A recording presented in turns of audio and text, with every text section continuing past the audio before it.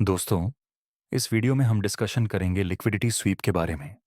आजकल जिस तरह से मार्केट मूव करती है, उसको ध्यान में रखते हुए हमें कुछ स्मार्टली एक्शन लेने पड़ेंगे, तभी हम मार्केट में सर्वाइव कर पाएंगे। इसलिए आज हम स्मार्ट मनी कॉन्सेप्ट के बहुत ही इंपॉर्टेंट कॉन्सेप्ट लिक्विडिटी स्वीप के बारे में डिस्कशन करने वाले हैं।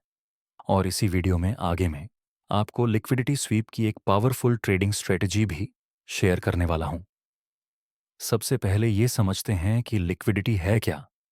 सिंपल सी भाषा में आप इतना याद रखिए कि लिक्विडिटी का मतलब वह लेवल या फिर वह एरिया होता है जहां पर काफी सारे लोगों के स्टॉप लॉस पड़े हुए हैं। एग्जाम्पल के लिए, यहां पर शुरुआत में प्राइस डाउन ट्रेंड में मूव कर रहा था और यह सब जगह से प्राइस नीचे गया था, तो ये वह लेवल है जहां पर सेलर्स के स्टॉप लॉस लगे हुए हैं।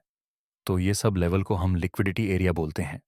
इसी तरह यहां पर प्राइस अप ट्रेंड में मूव कर रहा था और ये सब वह लेवल है जहां पर बायर्स ने बाय किया होगा, जिसके नीचे ये सभी बायर्स के स्टॉप लॉस पड़े होंगे। तो बस ऐसे एरिया को हम लिक्विडिटी एरिया बोलते हैं।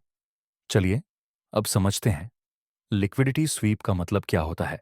दोस्तों, आपके साथ कई बार ऐसा हुआ होगा कि सपोज आपने किसी अपर ट्रेंड के दौरान बाय में एंट्री किया, फिर प्राइस हल्का सा नीचे आकर फिर ऊपर चला जाता है। प्राइस आपकी डायरेक्शन में ही गया, लेकिन उससे पहले आपका स्टॉप लॉस हिट हो गया और आप ट्रेंड के साथ भी थे। तो जब ऐसा होता है उसको हम कहते हैं लिक्विडिटी स्वीप।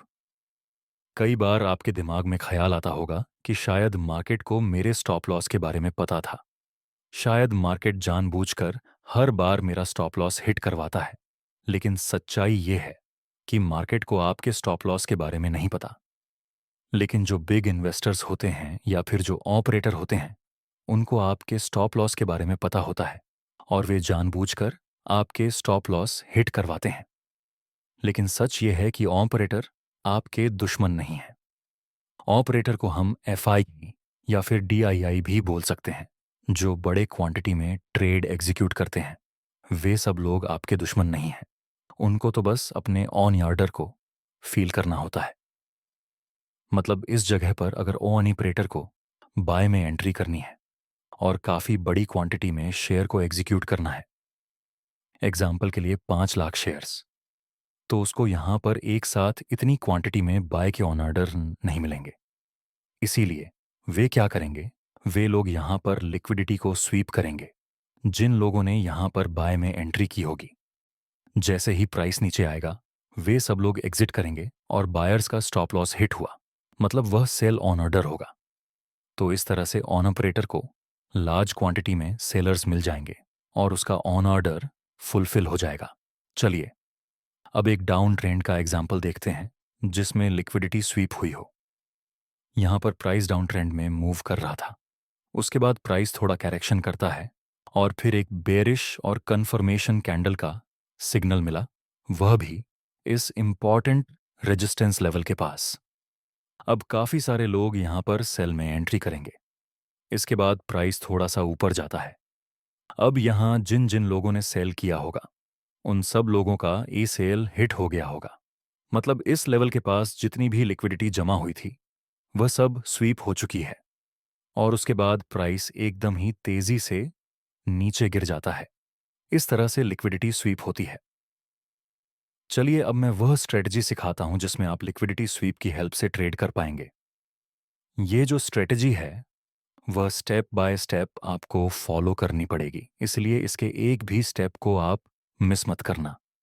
तो सबसे पहले आपको इसमें देखना है ब्रेक ऑफ स्ट्रक्चर।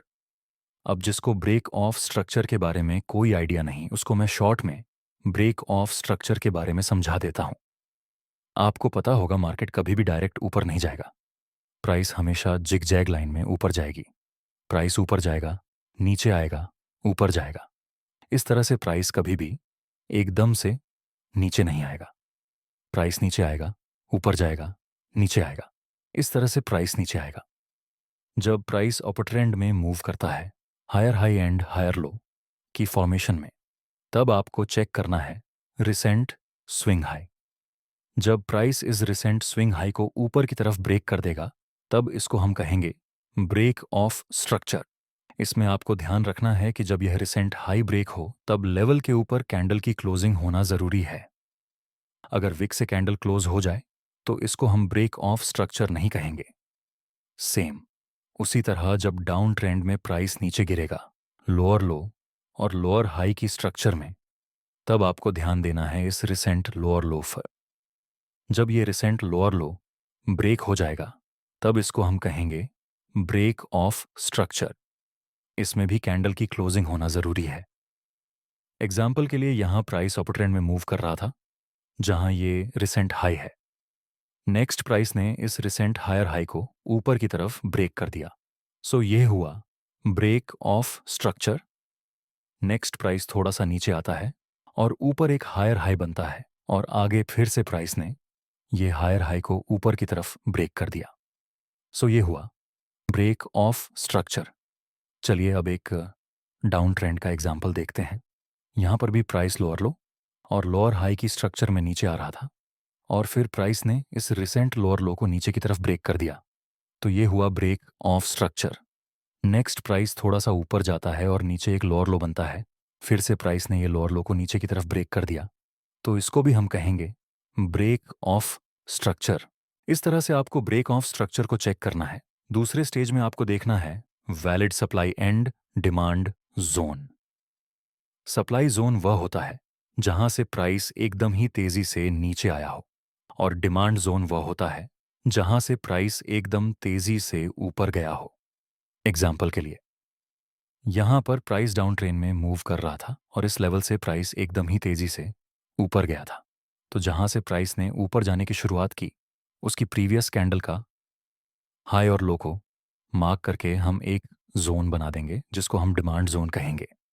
ऐसे ही प्राइस ये सब लेवल को रिस्पेक्ट करते हुए ऊपर जा रहा था। इसके बाद प्राइस एकदम ही तेजी से नीचे गिर गया। तो यहां पर ये जो स्ट्रॉन्ग डाउन ट्रेंड की मूव है उसकी प्रीवियस कैंडल का हाई और लो को कनेक्ट करके हम एक जोन ड्रॉ कर देंगे जिसको हम सप्लाई जोन कहेंगे। जनरली जब ब्रेक ऑफ स्ट्रक्चर होगा तब रिसेंट स्विंग पर ऐसा डिमांड और सप्लाई जोन क्रिएट होता है।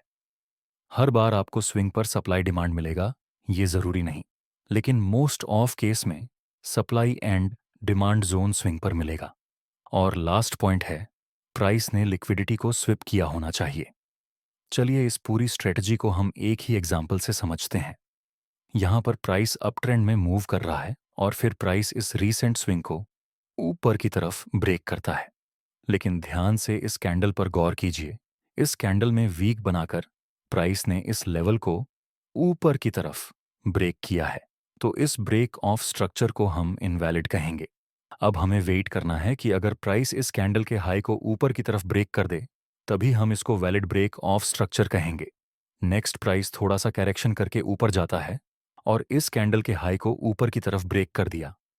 तो अब यह वैलिड ब्रेक ऑफ स्ट्रक्चर माना जाएगा। और इस स्विंग को देखें तो यहां से हमें एक डिमांड जोन भी मिल रहा है। तो इसकी प्रीवियस कैंडल के हाई और लो को कनेक्ट करके हम एक डिमांड जोन ड्रॉ कर देंगे। नेक्स्ट प्राइस थोड़ा करेक्शन करता है और यहां पर एक बुलिश और कंफर्मेशन कैंडल का सिग्नल मिला है। अब काफी सारे लोग यहां पर बाय में एंट्री करेंगे। नेक्स्ट प्राइस थोड़ा नीचे गिरता है जिसके साथ ये सभी बायर्स का एसएल हिट हो जाता है। मतलब इस लेवल पर अभी लिक्विडिटी स्वीप हो चुकी है। तो अब जब प्राइस इस लेवल के पास आएगा तब हाई चांस रहेगा कि यहां से प्राइस ऊपर चला जाए। नेक्स्ट प्राइस इस लेवल तक आता है। जब प्राइस इस जोन के अंदर 50% कवर कर दे तब आपको यहां एंट्री करनी है क्योंकि ये जोन की रेंज थोड़ी बड़ी है इसलिए। और आपका स्टॉप लॉस रहेगा इस जोन से थोड़ा सा नीचे। और प्रॉफिट टारगेट में आप पहला प्रॉफिट टारगेट यहां पर रख सकते हैं जहां पर काफी सारी लिक्विडिटी मौजूद है। और अगर आपको एग्रेसिव टारगेट रखना है तो आप यहां पर रख सकते हैं। नेक्स्ट प्राइस नीचे आकर ऊपर चला जाता है जिसके साथ हमारा प्रॉफिट टारगेट कंप्लीट हो चुका है और आप स्ट्रेटजी को बैक टेस्ट करके अपनी ट्रेडिंग स्टाइल में ऐड कर सकते हैं। मुझे उम्मीद है कि आपको यह स्ट्रेटजी से काफी अच्छा प्रॉफिट होगा।